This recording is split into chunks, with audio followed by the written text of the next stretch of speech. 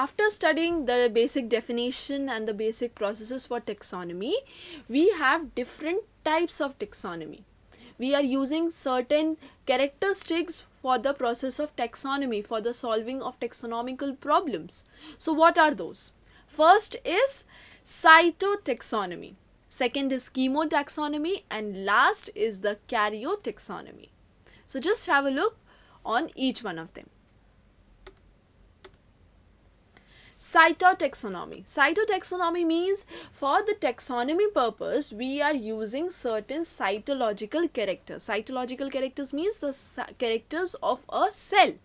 Cellular characters we are using, so it is called cytotaxonomy, and it is very important for the taxonomy of plants.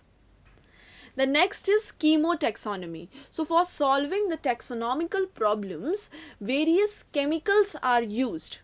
Okay, different chemicals which are present in the body of a plant or an animal, we are involving different chemicals in the taxonomy process, then it is referred as chemotaxonomy. Just have a look on what chemicals are included in this. Alkaloids, carotenoids, tannins, polysaccharides, nucleic acids, fatty acids, aromatic compounds. So all these are the most important chemicals which are involved in chemotaxonomy.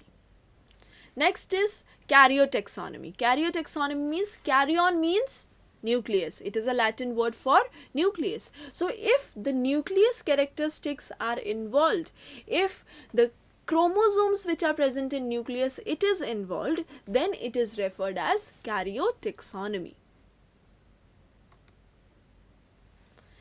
Most specific in this is the pattern of the chromosomal bands which are there.